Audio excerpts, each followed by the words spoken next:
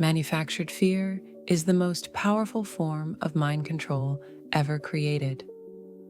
That constant stream of crisis alerts, breaking news, and global threats isn't informing you. It's programming you to stay afraid, divided, and powerless. When you're trapped in survival mode, you can't access your higher consciousness. You can't see that the person they tell you to hate is actually your spiritual family. You can't recognize your own divine perfection. Turn off the fear machine. Step away from the endless scroll of catastrophes. The world isn't actually falling apart.